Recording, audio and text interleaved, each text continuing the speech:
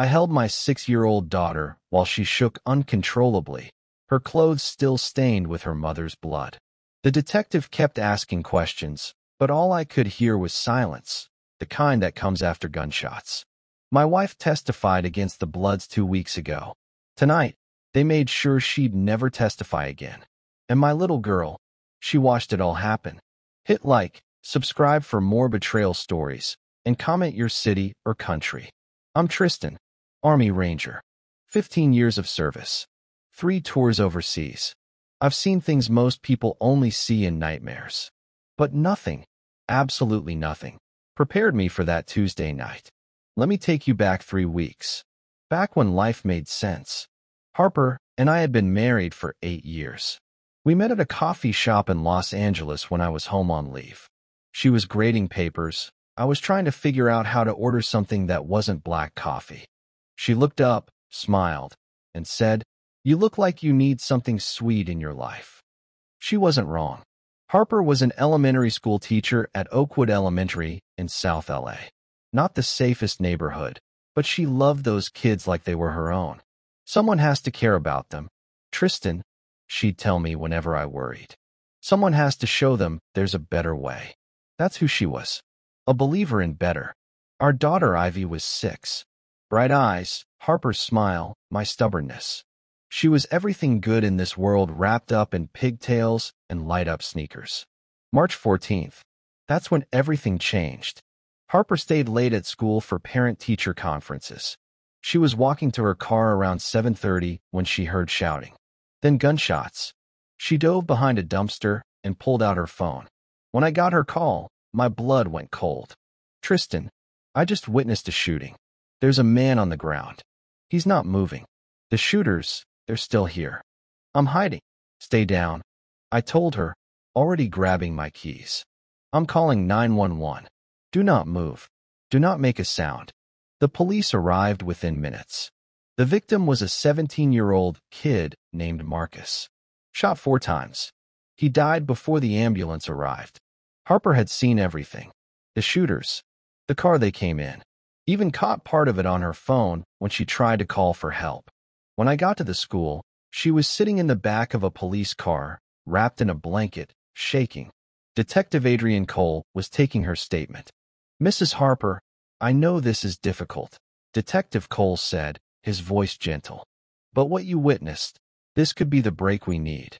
These individuals have been terrorizing this community for months." Harper looked at me. I saw the fear in her eyes. But I also saw something else. Determination. "I saw their faces," she whispered. "I saw everything." Detective Cole nodded. "The 3 individuals you identified are known Bloods members. Dominic Dice Marshall is the suspected shooter.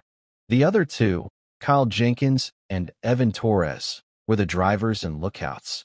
They've been linked to 4 other shootings, but we've never had a witness willing to come forward." That last part hung in the air like a threat. Willing to come forward? I repeated. "You mean other people were too scared to testify?" Cole didn't sugarcoat it.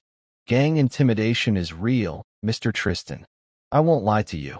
If Harper testifies, there will be risks." I turned to Harper. "You don't have to do this." She grabbed my hand. That boy was 17. He had a mother waiting for him to come home. If I don't speak up, they'll do this to someone else's child. That was Harper, always thinking about someone else's child. The next week was a blur of meetings with prosecutors, security consultations, and sleepless nights. They offered Harper protection during the trial, but after that, we'd be on our own. I tried to talk her out of it. 3 separate times. "Babe, these aren't just gang members. They're Bloods. They have connections everywhere. Inside jails, on the streets, even in police departments sometimes." She kissed Ivy's forehead as our daughter slept between us. "What do I tell her when she's older? That mommy saw someone get murdered and did nothing?" I had no answer for that. The preliminary hearing was set for April 2nd. Harper's testimony would determine if the case went to trial. The day before the hearing, something happened that should have been a warning. Harper was picking up Ivy from school when she found a photo tucked under her windshield wiper. It was a picture of Ivy on the playground. Recent. Taken from across the street. No note. No words. Just the photo. Harper's hands shook as she showed it to me that evening. They know where she goes to school, she whispered. I called Detective Cole immediately. He came to our house within the hour. I'm not going to minimize this, Cole said, examining the photo. This is intimidation. Classic gang tactic. But here's what I can tell you. We've increased patrol around your home and Ivy's school. Unmarked cars. These guys are being watched too. They make one wrong move. We've got them on witness tampering charges. And if they don't make the wrong move? I asked. What if they're smarter than that? Cole met my eyes. Then we need Harper's testimony even more. Because this is what they do. They silence people through fear. If we let them win, Marcus's mother never gets justice. And they keep killing. Harper testified the next day. She walked into that courtroom with her head high. I sat in the gallery, 3 rows back, watching everything. Watching her. Watching them. Dominic, Kyle, and Evan sat at the defense table in orange jumpsuits. No remorse. No fear. Just cold stares directed at my wife. When Harper took the stand, the room went silent. Mrs. Harper, can you tell us what you witnessed on the evening of March 14th? The prosecutor asked. Harper's voice didn't shake. I saw 3 men approach Marcus Johnson. The tallest won him. She pointed at Dominic, pulled out a gun, and shot Marcus 4 times. The other 2 stood watch. Then they got into a dark blue Honda and drove away. I got a partial license plate. The defense attorney tried to rattle her during cross-examination. Isn't it true that it was dark? That you were scared? That you might be mistaken about what you saw? Harper looked right at Dominic. I know exactly what I saw, and I know exactly who pulled that trigger. The judge ordered all 3 held without bail pending trial. We thought we'd won. That night, Harper made Ivy's favorite dinner, spaghetti with the sauce that came from a jar, but Ivy thought was homemade. We laughed. We felt lighter. It's over, Harper said as we cleaned up the kitchen. We did the right thing. I pulled her close. I'm proud of you. But it wasn't over. 2 weeks later, I had overnight training on base. Standard Ranger stuff. I hated leaving them, but Harper insisted. Tristan, we can't live in fear. Cole said they're being monitored. We have security patrols. We're safe. I kissed them both goodbye at 0500 hours. That was the last time I saw Harper alive. Those 2 weeks after Harper testified felt like holding your breath underwater. You know you have to come up eventually, but you keep hoping you can last just a little longer.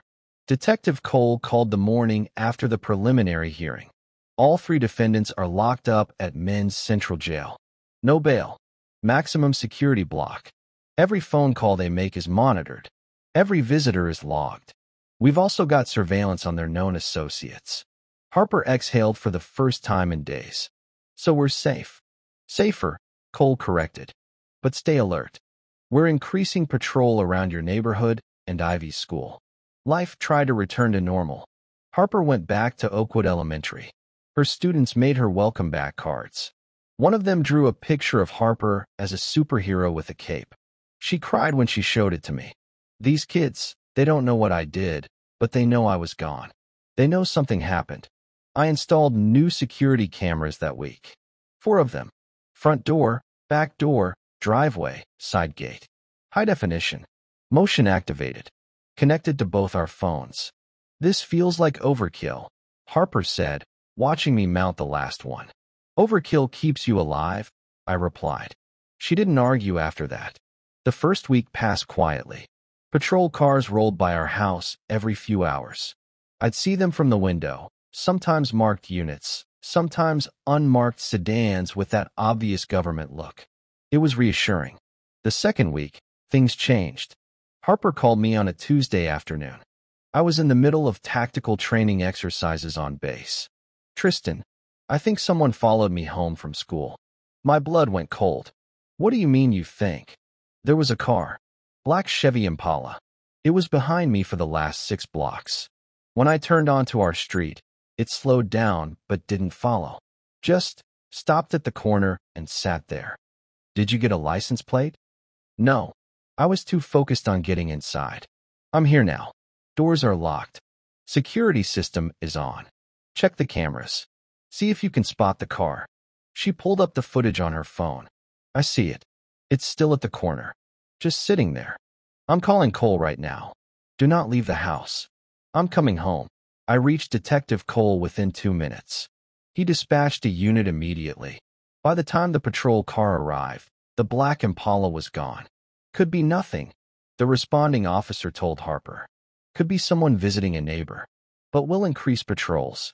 And we'll run traffic cameras. See if we can pull a plate. But it wasn't nothing. The next day, Harper noticed the same car in the grocery store parking lot. Different location. Same car.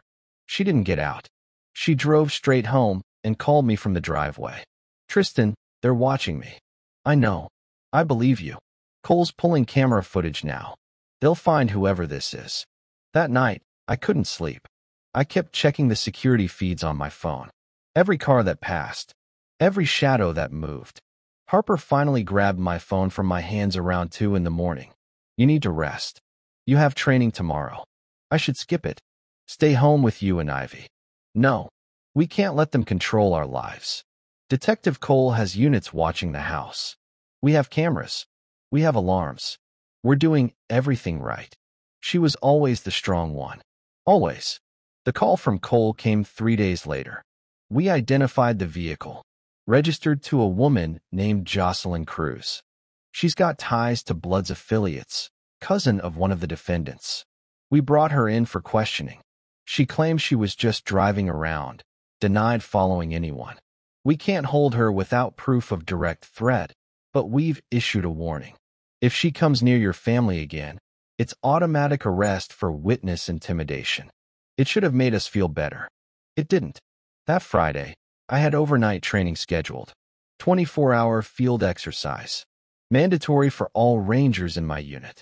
I tried to get out of it. Sir, I have a family situation. My wife testified in a gang case. There have been incidents. My commanding officer cut me off. Tristan, I read the report. Local PD has it handled. You're not doing your wife any favors by hovering. She's got protection. You've got a job. Do it. I almost refused. Almost. Harper convinced me. Tristan, you can't put your career on hold. We have bills. We have Ivy's future to think about. Detective Cole promised extra patrols tonight. We'll be fine. It's one night. I left at 0500 hours. Kissed them both goodbye. Harper was still in her pajamas, holding Ivy, who was half asleep on her shoulder. I love you both more than anything in this world, I said. We know, soldier boy. Now go. We'll see you tomorrow. That was the last conversation I ever had with my wife. The training exercise ran until 2200 hours. Exhausting. Tactical scenarios, live-fire drills, endurance tests. I was filthy, sore, and desperate for sleep. I checked my phone when we finally broke. 3 missed calls from an unknown number. 1 voicemail from Detective Cole. My stomach dropped. I didn't listen to the voicemail. I called Cole directly. He answered on the first ring. Tristan, there's been an incident at your home. You need to get here now. What kind of incident? Is Harper okay? Is Ivy? Just get here. I'll explain when you arrive. I broke every traffic law between the base and my house. 90 miles per hour on empty highways. 100 on straightaways. I called Harper's phone 17 times. No answer. Called the house line. No answer. I saw the lights before I turned onto my street. Red and blue strobing against the night sky. Police cars. An ambulance. Crime scene tape across my front yard. I slammed the brakes, jumped out before the car fully stopped, and ran. A uniformed officer grabbed me. Sir, you can't. That's my house. That's my family. Detective Cole appeared from the crowd. His face told me everything before his words did. Tristan, I'm so sorry. My legs gave out. He caught me. Harper was home with Ivy. Approximately 2100 hours. 2 masked individuals forced entry through the back door. They disabled the security system first. Cut the power. By the time the alarm company notified us, it was too late. Where is she? Where's Harper? Cole's voice cracked. She didn't make it, Tristan. She was shot 3 times. It was quick. She didn't suffer. The world tilted. Everything went silent except for a high-pitched ringing in my ears. Ivy, I managed to whisper. She's alive. She's unharmed physically. She was hiding in her bedroom closet. A neighbor heard the shots and called 911. We found Ivy there, covered in. She's in shock. Not speaking. Paramedics checked her. No injuries. But Tristan, she saw her mother. They let me see Ivy at the ambulance. She was wrapped in a blanket, staring at nothing. Her clothes were stained dark. Harper's blood. I knelt in front of her. Baby girl, it's Daddy. I'm here now. She didn't respond. Didn't blink. Just stared through me with eyes that had seen too much. I lifted her into my arms. She was rigid, shaking. A female paramedic approached gently. Mr. Tristan, she's in severe shock. We need to take her to the hospital for evaluation. You can ride with us. I nodded, unable to speak.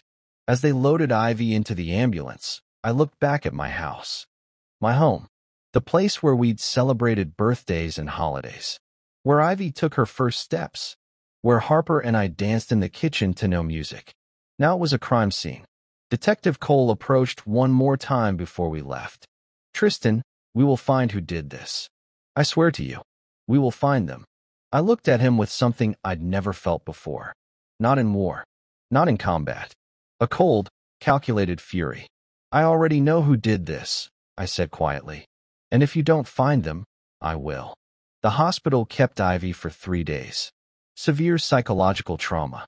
Selective mutism. That's what the doctors called it when your 6-year-old daughter stopped speaking because she watched her mother die. I never left her side. Slept in the chair next to her bed. Held her hand while she stared at the ceiling. The nurses brought coloring books, toys, tablets with games. Ivy didn't touch any of it. She just lay there, silent, barely eating. A child psychologist named Dr. Brennan came on the second day. She was young, kind-faced, spoke in soft tones. Mr. Tristan, Ivy experienced something no child should ever witness. Her mind has essentially shut down the verbal part of her brain as a protection mechanism. She may start speaking again in days, weeks, or months. We can't predict. What she needs now is safety, routine, and patience. How do I help her? My voice sounded hollow even to myself. Just be present. Don't force her to talk about it. Let her process in her own time. And consider therapy, for both of you. Both of us. Because I was broken too. Detective Cole visited on the 3rd day. He found me in the hospital cafeteria at 4 in the morning, drinking terrible coffee because sleep was impossible. We have preliminary findings, he said, sitting across from me. Forced entry through the back door. Lock was picked, not kicked in. Professional job. They cut the power to disable your security system first. No fingerprints. No DNA. No witnesses except Ivy, and she can't tell us what she saw. What about the cameras? I had 4 cameras. Disabled before they went offline. We recovered the footage up until the power cut. Shows 2 figures approaching from the alley behind your house. Both masked, both wearing gloves. We're running gait analysis, height estimates, but it's not much. I set down my coffee cup carefully because I wanted to throw it through the wall. The 3 men Harper testified against. Where were they? Still locked up. All 3. Verified.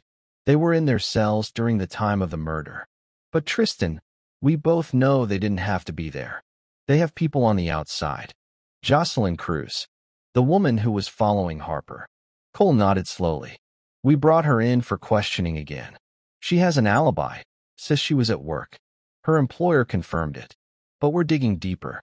Looking at phone records, associates, financial transactions. You're looking in the wrong places. Cole frowned. What do you mean? You're looking at the street. You should be looking at the jail. Those 3 are locked up, but they're still communicating. Smuggled phones. Coded messages through visitors. Letters. These guys run operations from inside all the time. You're right. We've requested all phone logs and visitor records for Dominic, Kyle, and Evan. It takes time. Time is what got my wife killed. I stood up. While you're waiting on paperwork, they're destroying evidence. Cole stood too. his voice firm but not unkind. Tristan, I understand your frustration, but we have to do this by the book. If we don't, they walk on technicalities. Let us do our job. I wanted to believe him, but I'd seen how systems worked, how people slipped through cracks. Harper's funeral was held on a gray Saturday morning. Small service, just family and close friends. Her parents flew in from Oregon. Her father could barely stand. Her mother hadn't stopped crying since she arrived. Ivy sat on my lap during the service, still silent, clutching a stuffed rabbit Harper had given her for her 5th birthday. She didn't cry, didn't react, just stared at the casket like it was something she didn't understand. The priest said words about heaven and peace and eternal rest. I didn't hear most of it. I kept thinking about the last thing I'd said to Harper, "See you tomorrow." A promise I didn't keep. After they lowered the casket, Harper's mother approached me. Her eyes were red, her voice shaking. "What are the police doing? Have they arrested anyone?" "They're investigating." "Investigating? My daughter is dead, Tristan. Dead because she did the right thing. And no one's paying for it." I had no answer. What could I say? That the system was working? That justice takes time? Her father put a hand on her shoulder, led her away. But his look said everything. He blamed me for not protecting his daughter. Maybe he was right. That night, after everyone left, I sat in Ivy's room watching her sleep. She looked peaceful finally, like the world couldn't touch her in her dreams. I pulled out my phone and opened the photos. Hundreds of Harper. Harper laughing. Harper with Ivy. Harper on our wedding day. Harper making pancakes on Sunday mornings. Then I opened something else. The court transcripts from the preliminary hearing. I'd requested them through the prosecutor's office. 200 pages of testimony, evidence, legal arguments. I started reading. By 3 in the morning, I'd read every word twice. Made notes. Cross-referenced names. Built a timeline. Dominic Marshall. Age 29. Known Bloods member since age 15. Previous arrests for assault, drug distribution, weapons charges. 2 prior convictions. Currently awaiting trial for first-degree murder. Kyle Jenkins. Age 26. Enforcer. Known for violent retaliation against rivals and witnesses. No convictions. Every case against him had fallen apart when witnesses disappeared or recanted. Evan Torres. Age 31. The driver. The logistics guy. Smart. 3 years of college before dropping out.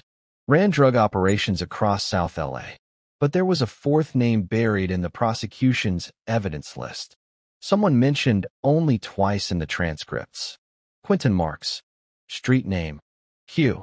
The prosecution had noted him as a person of interest in gang hierarchy but hadn't charged him. Why? Because he was already in prison serving 15 years for racketeering. But here's what caught my attention.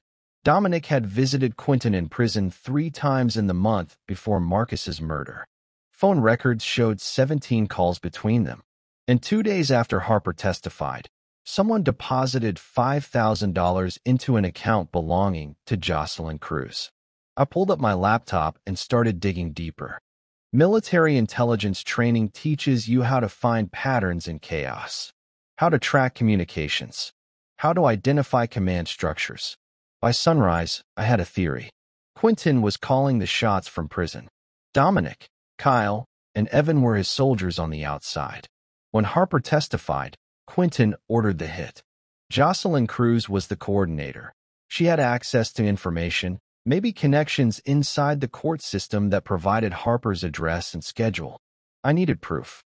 I called Detective Cole at 0700 hours. I found something. We need to meet. Tristan, it's 6 in the morning on a Sunday. I know who ordered Harper's murder. And I know how to prove it. There was a long pause. I'll be there in 30 minutes. I made coffee. Real coffee, not the swill from the hospital. While it brewed, I checked on Ivy. Still sleeping. Still silent. "I'm going to fix this, baby girl," I whispered. "Daddy's going to make sure they pay for what they did to Mommy." When Cole arrived, I laid out everything. The transcripts. The prison visits. The phone records. The money trail to Jocelyn. He studied my notes for 10 minutes without speaking. Finally, he looked up. This is good work. Better than good. But it's circumstantial. A defense attorney would shred this. We need hard evidence. Recordings. Testimony from inside sources. Then get it. It's not that simple.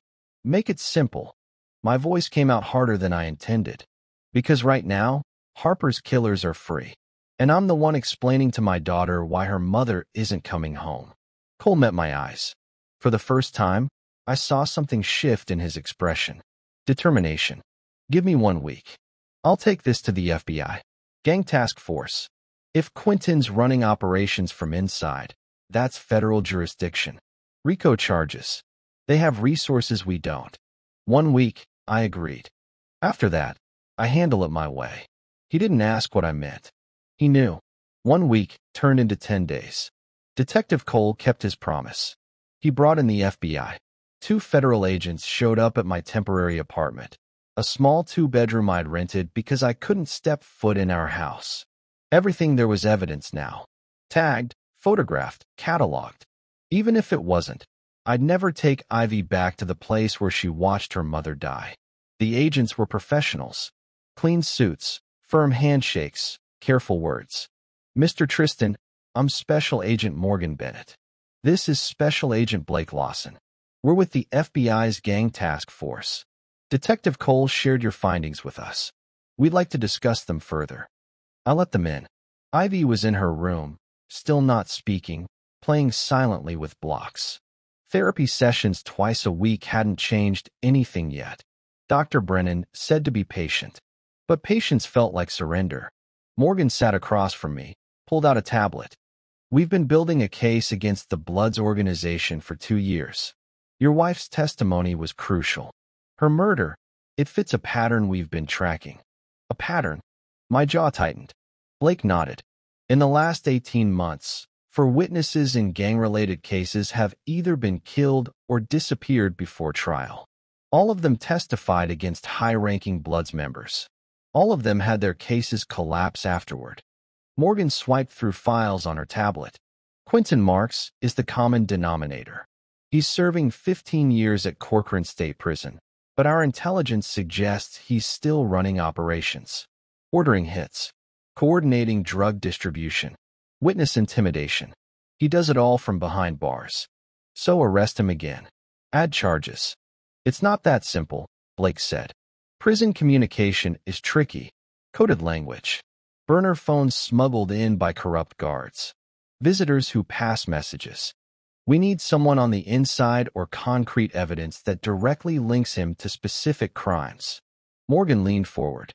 Your analysis of the phone records, the money transfers to Jocelyn Cruz, the prison visits. It's exactly what we needed to move forward. We've been granted warrants to access Quentin's cell, his communications, his visitor logs. We're building a RICO case. Racketeering, murder for hire, conspiracy. If we do this right, we take down the entire leadership structure. How long? I asked. 6 months. Maybe less if we can flip someone on the inside. 6 months. Harper would still be dead. Ivy would still be traumatized. And the men responsible would still be breathing. There's something else, Morgan said carefully. We want you to testify. I looked at her. Testify to what? I wasn't there. I didn't witness anything. You're a military intelligence analyst. You have 15 years of experience identifying operational patterns, command structures, communication networks. We need you to explain to a jury how these organizations function, how orders flow from leadership to soldiers, how Quentin could orchestrate Harper's murder from inside a maximum security prison. Blake added, your testimony would be expert witness testimony. It gives context. It connects dots that a jury might not see on their own. And it makes me a target. Morgan didn't deny it. Yes, it does. Which is why we're offering you an IV placement and witness protection. New identities. Relocation. 24-hour security until trial. I stood up, walked to the window. Outside, kids were playing in a park across the street. Normal kids with normal lives. Ivy used to be one of them. My wife testified because she thought it was the right thing to do, and they killed her for it. Now you want me to do the same thing. We want to stop them from doing it to someone else's wife, Morgan said quietly. To someone else's family. I thought about Harper's last words to me. About teaching Ivy that doing the right thing matters. About Marcus Johnson's mother who never got justice. I need to think about it. Blake stood. We understand. But Tristan, we have a window here. Quentin doesn't know we're building this case yet. The moment he finds out, evidence disappears. Witnesses get intimidated. We need to move fast. They left me their cards. I spent the rest of the day staring at them. That night, I made Ivy her favorite meal, grilled cheese and tomato soup. She ate 3 bites. Progress, Dr. Brennan would say. I tried to see it that way. After dinner, I sat with her on the couch. We watched a cartoon movie about talking animals. She didn't laugh, but she watched. Her small hand rested in mine. Halfway through the movie, I paused it. Ivy, I need to talk to you about something important. She looked at me with those big eyes. Harper's eyes. Some people are asking me to help them. To make sure the bad people who hurt Mommy go to jail. But if I do that, we'd have to move away for a while. New house. New city. Just you and me. It might be scary, but it would keep us safe. She didn't respond. Just stared. I don't know what to do, baby girl. Mommy always knew the right answer. I'm not sure anymore. Ivy's lips moved. No sound came out at first. Then, so quietly I almost missed it, Mommy said, do the right thing. My breath caught. Those were the first words she'd spoken in 2 weeks. What did you say? She looked at me, tears streaming down her face. Mommy said, do the right thing. Before the bad men came. She told me, if anything happens, do the right thing. I pulled her into my arms as she finally broke down crying. Real crying. The kind that's been trapped inside for too long. That's my brave girl. That's Mommy's brave girl. We held each other for a long time. When she finally quieted, I wiped her tears. You're right. Mommy would want us to do the right thing. The next morning, I called Morgan Bennett. I'll testify, but I have conditions. Ivy's safety comes first. If I think for 1 second she's in danger, we disappear. No argument. No FBI protocol. We're gone. Agreed, Morgan said immediately. We'll have a protection detail assigned within 24 hours. You'll meet with prosecutors next week to begin prep. And Tristan, thank you. You're doing what your wife started. You're finishing her fight. No, I corrected. I'm starting mine. 3 days later, a black SUV picked us up. 2 federal marshals, stone-faced, armed, professional. They drove us to a safe house 2 hours outside Los Angeles. Rural area, gated property, security cameras everywhere. The house was nice. 3 bedrooms, fenced yard, quiet. Ivy looked around with wide eyes. Is this our new home? For now, baby. Just for a little while. She nodded, gripping her stuffed rabbit tighter.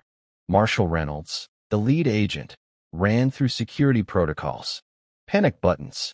Check-in procedures. No contact with anyone outside approved channels. You're ghosts until trial, he explained. No social media. No phone calls except through encrypted lines. No visitors. We'll have agents outside 24/7. I looked at Ivy coloring at the kitchen table, finally starting to look like herself again. How long? I asked. 4 to 6 months. Maybe less if the case moves fast. 4 to 6 months of hiding. Of living in fear. Of letting them control our lives. But also 4 to 6 months of building the case that would destroy them. Harper had been brave enough to stand up. Now it was my turn. That night, after Ivy fell asleep, I stood in the backyard under a sky full of stars. Somewhere out there, Quentin Marks thought he'd won. Thought he'd silenced Harper and scared everyone else into submission. He was wrong. I wasn't just a grieving husband anymore. I was a soldier with a mission. And soldiers don't quit until the mission is complete. The safe house felt like a cage wrapped in safety measures. Every morning started the same. Marshall Reynolds would do a perimeter check at 0600. I'd make Ivy breakfast, usually pancakes or eggs, whatever I could manage with limited cooking skills. She'd eat slowly, then spend the morning with her therapist via video call. Dr. Brennan said Ivy was making progress. speaking more, processing her trauma.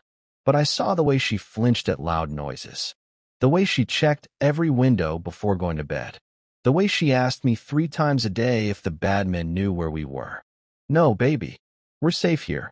I promise. Promises felt dangerous now. I'd promised Harper I'd see her the next day. I'd promised Ivy her mommy would always be there. But this promise I'd keep, even if it killed me.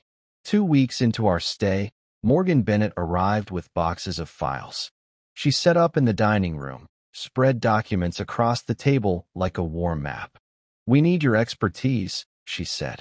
"You've studied these organizations. You understand command structure. We need you to break down how Quentin runs operations from inside." I pulled up a chair. This was familiar territory. Intelligence analysis. Finding patterns in chaos. Morgan showed me surveillance photos. Dozens of faces. These are known Blood's associates. We've been monitoring them for months. "Tell me what you see." I studied them carefully. Not just faces, body language, positioning in group photos, who stood where.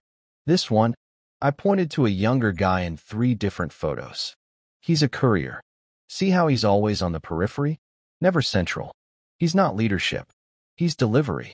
His name is Marcus Webb. Small time. We've had eyes on him. Watch his phone records. Couriers connect people who don't want direct contact. I moved to another photo. This woman. She appears in 4 different locations with 4 different men. She's a coordinator. Probably handles money or messages. Brianna Soto. We suspected but couldn't confirm. For 3 hours, I broke down their network. Morgan took notes furiously. "You're better at this than half our analysts," she said. I'm motivated. Over the next month, this became my routine. Ivy would do schoolwork online. Her new school thought we'd relocated for my military assignment. I'd work with Morgan and Blake, building the case piece by piece. They brought me phone records from the prison. Hundreds of calls between Quentin and his visitors. All recorded but coded. Listen to this one. Blake played an audio file. Quentin's talking to his girlfriend about groceries. I listened. On the surface, it sounded innocent. "Yeah, baby. Pick up 2 pounds of ground beef and 3 chickens. Play it again." Blake replayed it. This time I heard it. 2 pounds, 3 chickens. He's ordering 2 hits on 3 targets. Ground beef, someone who talked to the feds. Chickens, witnesses. Morgan leaned forward. "How do you know?" "Military intelligence. You learn to decode enemy communications. Different words, same concept. He's not actually talking about groceries. His girlfriend doesn't even cook. We know that from surveillance. He's giving orders disguised as shopping lists." Blake and Morgan exchanged looks. "We need you to explain this to a jury. Make them understand how this works." I can do that. But the defense attorneys had other plans. Preston Hale was the lead attorney for Quentin and the other defendants. Former prosecutor turned high-priced defense lawyer. Sharp, ruthless, known for destroying witnesses on cross-examination. His motions started arriving in the 3rd week. Morgan showed me the filings. Motion to exclude expert testimony from Tristan Ward on grounds of bias and lack of professional credentials. I read through it. Hale argued I wasn't a credentialed gang expert, that I was a grieving husband seeking revenge, that my testimony would be emotional, not factual. "He's trying to block you from testifying," Morgan explained. "If the judge grants this, we lose a major piece of our case." Can he do that? He can try. We're filing opposition. Arguing your military intelligence background qualifies you as an expert in organizational structure and coded communications. But it's going to be a fight. The media made it worse. Somehow, and Morgan suspected a leak from Hale's team, the story got out. Army Ranger seeks revenge through courts. The headline ran in the Los Angeles Times. The article painted me as a vigilante using the legal system as a weapon. It questioned my motives, my credibility, my mental state. Tristan Ward, whose wife was murdered after testifying against gang members, has inserted himself into the federal prosecution's case. Legal experts question whether his involvement is about justice or personal vengeance. I threw the tablet across the room after reading it. Marshall Reynolds picked it up calmly. Don't let them get in your head. That's what they want. They're making me look like I'm the problem. You're not. You're the solution. That's why they're scared. But the attacks kept coming. Defense attorney Natalie Cross, representing Dominic Marshall, filed a motion claiming I'd made threats against her client. Completely fabricated, Morgan assured me. But they're trying to paint you as unstable, as someone who can't be trusted. The judge scheduled a hearing to decide if I could testify as an expert witness. Morgan prepped me for 2 days straight. Hale will come at you hard. He'll ask about your emotional state, about your wife's death. He'll try to make you lose your temper on the stand. You cannot give him that satisfaction. I can handle it. I know you can. But Tristan, this is different from military ops. This is legal warfare. And they fight dirty. The hearing was held in a closed courtroom. No media. Just the judge, attorneys, and me. Preston Hale stood when I entered. Expensive suit, calm smile, predator's eyes. Mr. Ward, thank you for joining us. I didn't respond. Just took my seat. For 90 minutes, Hale questioned my qualifications, my training, my objectivity. Every question was designed to undermine me. Mr. Ward, isn't it true you have no formal education in gang studies? I have 15 years of military intelligence experience analyzing organizational structures and enemy communications. But not gangs specifically. The principles are the same. Command hierarchy, operational security, coded messaging. An insurgent cell in Afghanistan operates the same way a gang does in Los Angeles. Except your wife wasn't killed by insurgents, was she? She was killed because of these defendants. And now you want revenge. Morgan objected. Argumentative. The judge sustained it, but Hale had planted the seed. Mr. Ward, how many times have you thought about hurting the defendants? Never. I want them in prison, not dead. But you're angry. Yes. You want them punished. Yes. And you'll say whatever it takes to make that happen. I leaned forward. I'll tell the truth. That's all I've ever done. If the truth puts them in prison for life, then that's where they belong. Hill smiled. No further questions. The judge took 2 days to rule. When the decision came, Morgan called me immediately. You're in. The judge ruled your military experience qualifies you as an expert in organizational behavior and communication analysis. You're testifying. Relief flooded through me. When trial starts in 6 weeks. We're in the final stretch now. 6 weeks until I'd face Quentin Marks in court. 6 weeks until I'd look him in the eye and tell a jury exactly how he orchestrated my wife's murder. That night, I found Ivy in her room, drawing pictures. She'd started drawing again last week. Dr. Brennan said it was a good sign.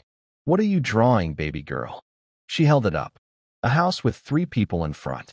Me, her, and Harper. Harper had angel wings. That's beautiful. When we go home, can we visit Mommy? Yes. When this is all over, we'll visit her. And we'll tell her we did what she asked. We did the right thing. Ivy nodded and went back to coloring. She added flowers around the house. Yellow ones. Harper's favorite. I watched her and felt something I hadn't felt in months. Hope.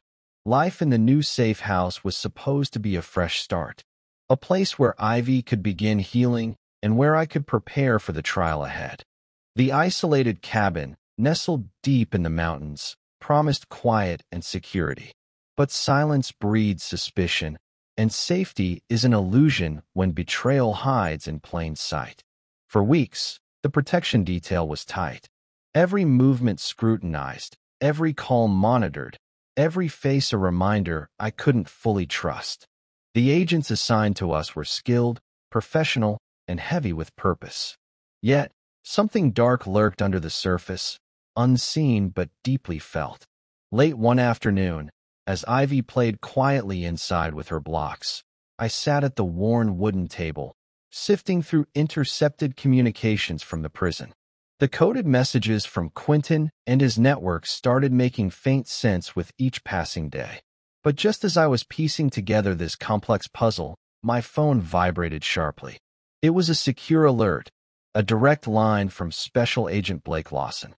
Blake's voice was tight, almost cracking with urgency. Tristan, this isn't easy to say. We intercepted some troubling communications on a burner phone we've been monitoring. This phone is linked directly to Quentin Marks' inner circle. My chest tightened. I braced for what was coming.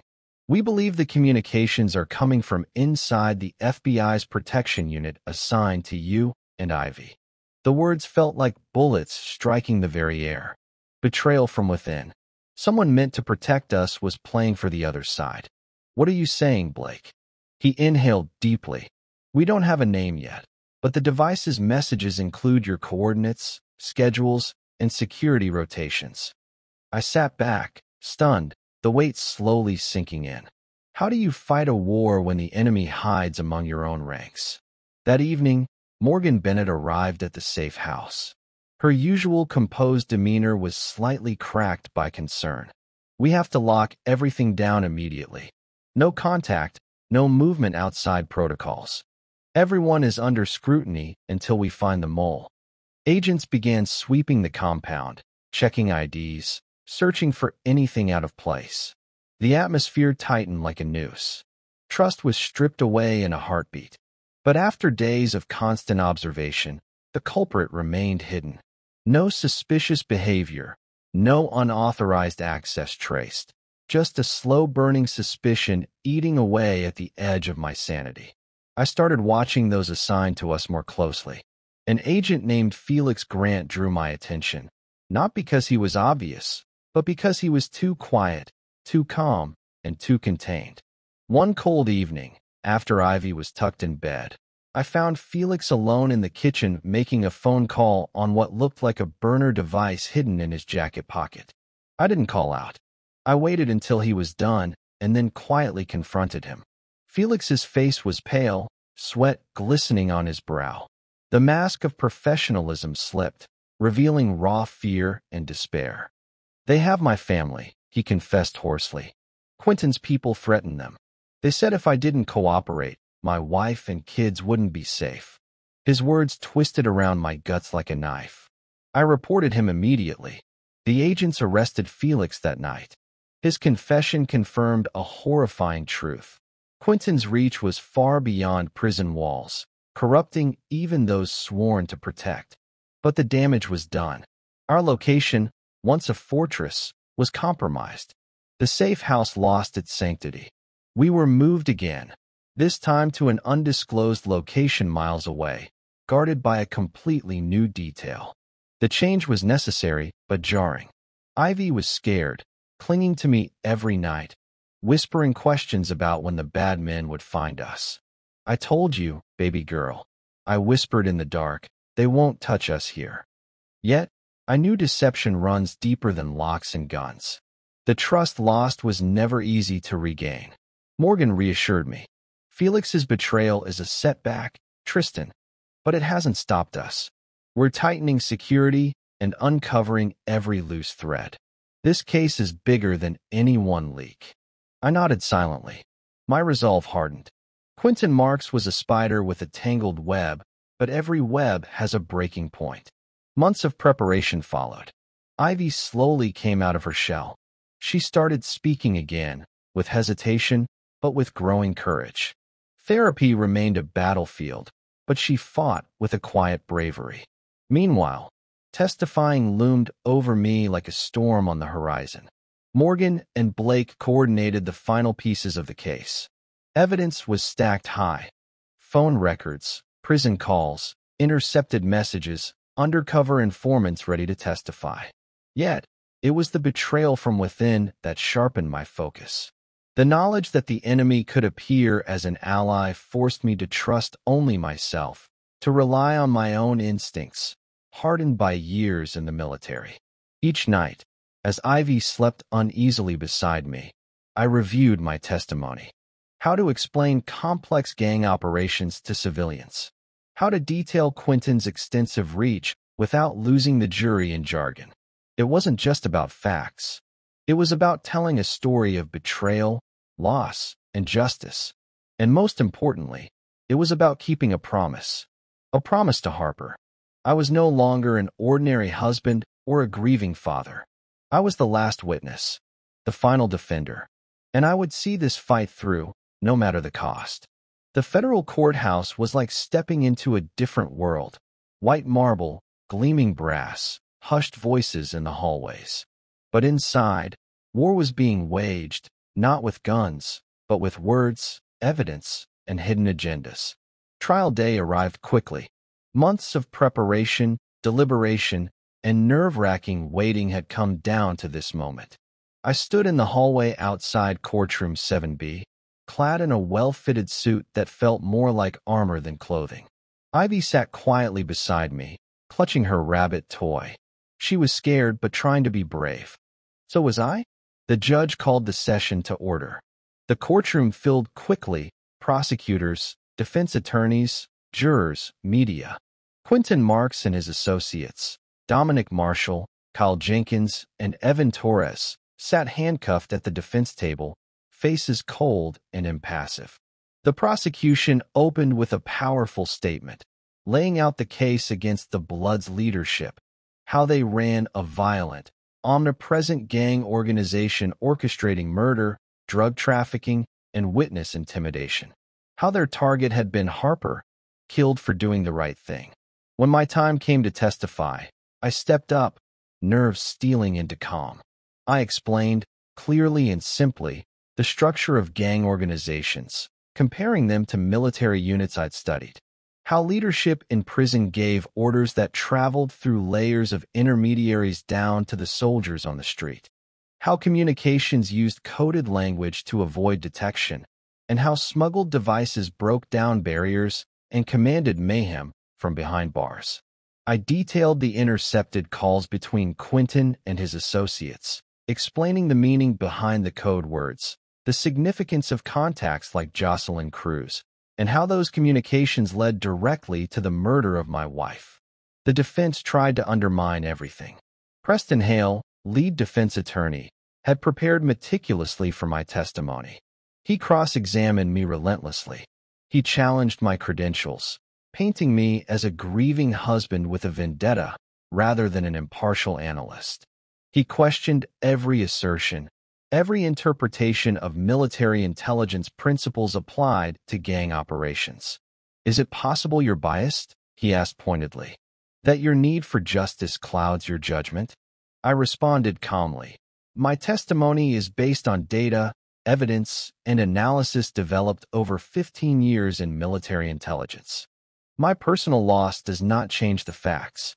As Hayden, the defense attorney, saw my firmness, his tactics shifted to emotional attacks. Mr. Ward, your wife's death is tragic. But isn't it true that your grief might be driving you to exaggerate? To see conspiracies where there are none? I'm here to present the truth. I'm not an expert in emotion. I'm an expert in evidence. The courtroom murmured. The defense also tried to discredit my analysis on the coded communications. Your interpretation is speculative. Natalie Cross, representing Dominic, argued. We don't have a dictionary of gang slang, and your conclusions are assumptions. I countered. The patterns align with recognized intelligence decoding methods. Language, timing, context, all consistent with known tactics. Midway through the proceedings, the prosecution called witnesses, former gang members, undercover informants, law enforcement officers, each adding pieces to the mosaic of corruption and crime. Quentin sat expressionless, occasionally whispering with his counsel. I knew he was plotting his defense, desperately trying to dismantle the case. The tension in the courtroom was palpable, like the calm before a storm. On one day, the defense produced a surprise, a video of me at Ivy's hospital bedside, looking visibly distressed. They played it repeatedly, trying to portray me as unstable and distracted. I felt the strain, but answered each question with honesty and poise. Through it all, Ivy sat beside me, silent yet strong. After days of testimony, the judge allowed a recess. I took Ivy outside for fresh air. The weight of what we were fighting for pressed down hard, but I saw a flicker of hope in her eyes, of fragile resilience. The courtroom battle was far from over. Defense attorneys were digging into every flaw in our case, every inconsistency. But I knew this war was not just about words or evidence. It was about truth, and I was ready to face whatever came next. The courtroom was tense, every eye fixed on the proceedings. Just when it seemed the trial was progressing with the expected twists and legal battles, the unexpected slammed down like a hammer. Weeks into the trial, after my testimony and the prosecution's prepared witnesses had laid down their evidence piece by piece, the defense was beginning to lose ground. The evidence was solid.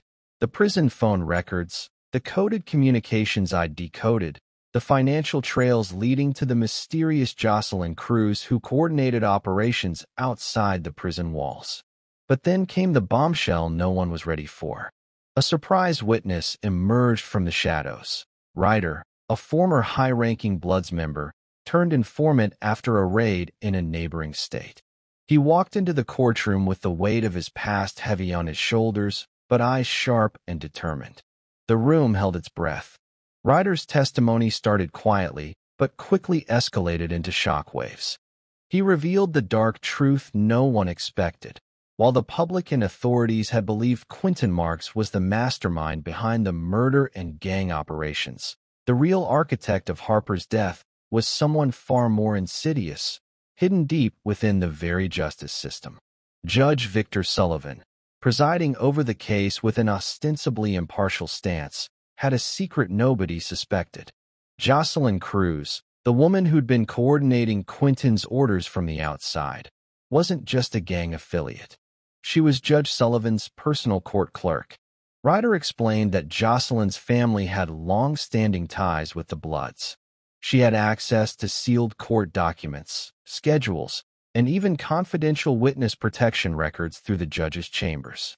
This gave her priceless information that she funneled directly to Quentin and his crew. With this inside knowledge, Jocelyn had ensured Harper's whereabouts and even Ivy's routine were exposed, setting the stage for the murder. The courtroom erupted in gasps and whispers. The defense team scrambled while the prosecution sat stunned, but listening intently. The judge himself was visibly shaken but maintained a stern facade. As Ryder detailed Jocelyn's role, her recent unusual absences and suspicious communications, prosecutors moved quickly. Within hours, federal marshals arrested Jocelyn at her home, charging her with obstruction of justice, conspiracy, and aiding a criminal organization. Her arrest rocked the entire judicial community. News crews waited outside the courthouse, broadcasting live updates about the unprecedented corruption scandal. This revelation shifted the entire narrative of the trial. Quentin Marks was no longer just a criminal mastermind operating from prison. He had a powerful insider protector within the justice system. For me, the exposure of Jocelyn was bittersweet. It proved everything I'd suspected, but revealed a deeper rot in the system designed to protect witnesses like Harper. It was also a stark reminder of the dangers Ivy and I had faced and the fragile safety net we clung to. The courtroom tightened its grip on the trial after Jocelyn's arrest. Prosecutors unleashed further evidence uncovered from her devices, communications, payments, and plans detailing witness intimidation and evidence tampering. With the entire conspiracy exposed, jury members absorbed every word with a new intensity. The paths linking Quentin, his gang, and the judge's clerk cemented the narrative of a multi-layered web of betrayal and manipulation that had led to my wife's death. Yet as the defense tried to regain footing, striking back by questioning the credibility of informant Ryder, the tide was turning fast. Morgan Bennett, the lead prosecutor, called me back to the stand to explain the emotional and factual weight of discovering a judicial insider neutralizing justice itself. I spoke quietly but clearly. Witness protection is only as strong as the system supporting it. When that system is compromised, it becomes a nightmare. Jocelyn Cruz betrayed the oath of every officer, lawyer, and judge sworn to protect the truth. My voice trembled slightly as I thought of Harper, of the woman who had died fighting to stand up for what was right. At trial's end, closing arguments emphasized the dual evil of gang violence and judicial corruption. My testimony, alongside Ryder's unflinching courage, had pierced through the smog of intimidation and lies. Months of work, a lifetime of grief, and the pursuit of justice were distilled into this courtroom battle. Outside the courthouse, media coverage became relentless. Ivy, now beginning to smile again and speak freely, was shielded from the public but understood the growing impact of the trial. Judge Sullivan recused himself following Jocelyn's arrest, amid calls from the public and legal peers questioning the integrity of his court. As proceedings moved toward final verdicts, the full scale of the trial's revelations transformed a story of brutal gang violence into a cautionary tale of corruption, loyalty, heartbreak, and hard-won justice. For me, it was not just about winning in court. It was about reclaiming the honor of Harper's name, protecting Ivy's future, and ensuring no family would suffer in silence again. The courtroom was packed, the air thick with tension. Every person in the room knew this trial had already exposed betrayal, violence, and corruption, but none were prepared for the shock that was about to unfold. Ryder, the former high-ranking Bloods member turned informant, took the stand. His voice was steady, though lined with the weight of his past, as he revealed the hidden layers behind the murder of Harper and the gang's operations. He spoke of secrets that no one had anticipated, about how the real mastermind behind the entire scheme wasn't just Quentin Marks, the incarcerated kingpin. No, the plot ran deeper, touching the very pillars of the judicial system meant to protect the innocent. He revealed that Jocelyn Cruz, the court clerk managing sealed documents and schedules, was far more involved than previously thought. She wasn't just a conduit for gang leaders. She was the silent architect inside the court system, shielding gang members by leaking confidential information, details that allowed the gang to operate with impunity and orchestrate attacks on witnesses like Harper. Her connection with the judge, Victor Sullivan, was an explosive revelation. Family ties and blind loyalty had compromised the very court presiding over the case. Thus, the judge who had seemed impartial was overseeing a trial riddled with conflicts of interest. The courtroom erupted in murmurs and whispers. Defense lawyers scrambled, their composure shattered. Morgan Bennett, the lead prosecutor, quickly moved to have Jocelyn arrested on charges including obstruction of justice, conspiracy, and aiding a criminal enterprise. The national media caught wind instantly.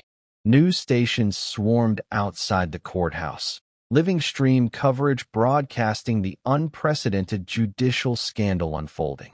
For me, this revelation was both vindication and heartbreak. It was proof of everything we had feared, but worse, a systemic betrayal that allowed gangs like Bloods to flourish and silence justice through internal corruption.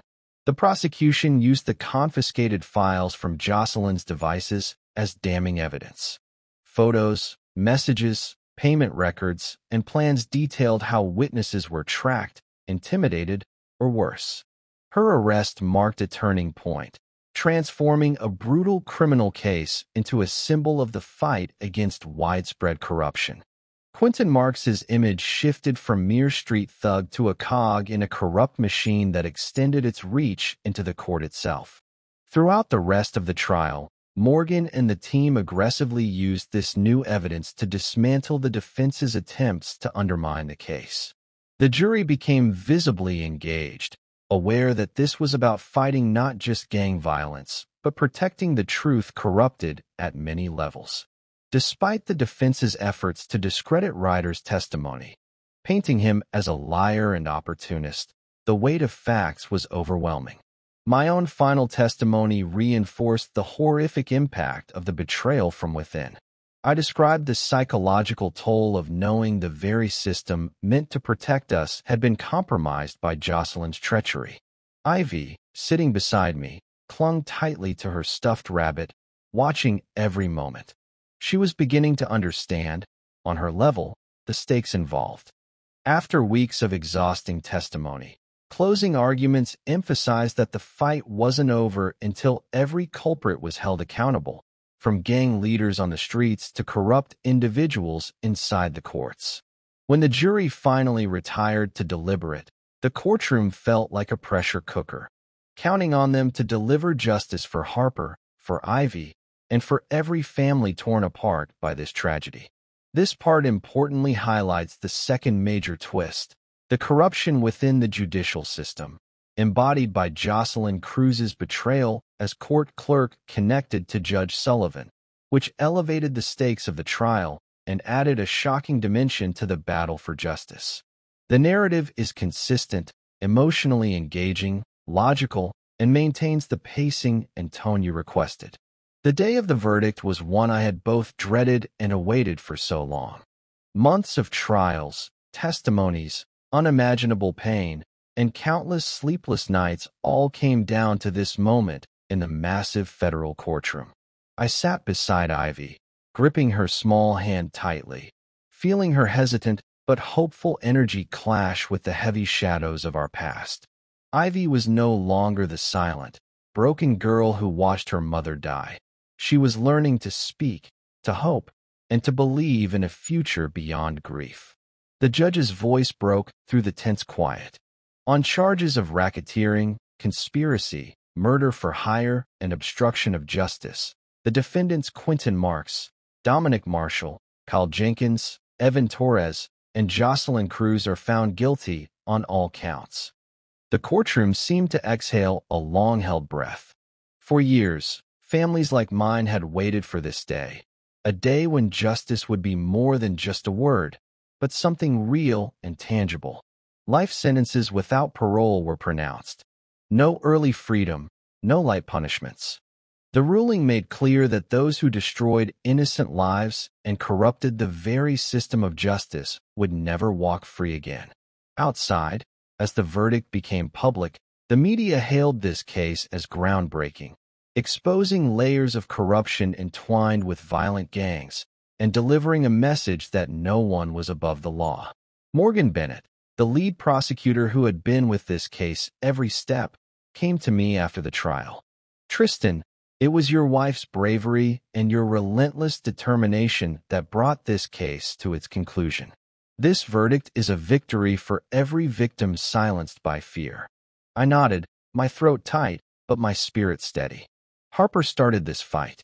I'm just honored to carry the torch forward. This isn't about revenge anymore. It's about protecting the silent, the broken, the ones still living in fear." We soon left the city behind, moving to a peaceful coastal town miles away, seeking peace and anonymity. Ivy began attending school again, joining a nurturing community where she could rebuild her childhood. Watching her laughter return and her courage blossom was the most healing sight in the world. One crisp autumn afternoon, we visited Harper's grave. Ivy placed a bunch of bright yellow chrysanthemums, Harper's favorite, and whispered, "Mommy, we did it. I kept my promise." I knelt beside my daughter and added quietly, "Your mother's courage sparked a fire that won't die out. Your strength will carry it on." The dark cloud that once hung over us was lifting, replaced by a fragile but growing light. And now, dear listener, after walking this journey with us, there is a question I want to ask you. When the world seems broken and betrayal runs deep, where do you find your strength? How do you choose to fight for justice when the odds look impossible? Your story matters. Your voice matters. And your choices shape the stories I bring you. If this story touched your heart, please like, subscribe, and comment below where you are watching from, and what kinds of stories pull you in the most, whether tales of betrayal, justice, quiet revenge, or healing after loss. I promise to bring you stories crafted with those themes, shaped by your wishes and the voices of viewers like you. This isn't just entertainment. It's a shared journey into the depths of human struggle and hope. Thank you for joining this story. Stay strong, stay kind, and until the next epic tale filled with thrills, revenge, and justice, I'll see you soon. Story finished.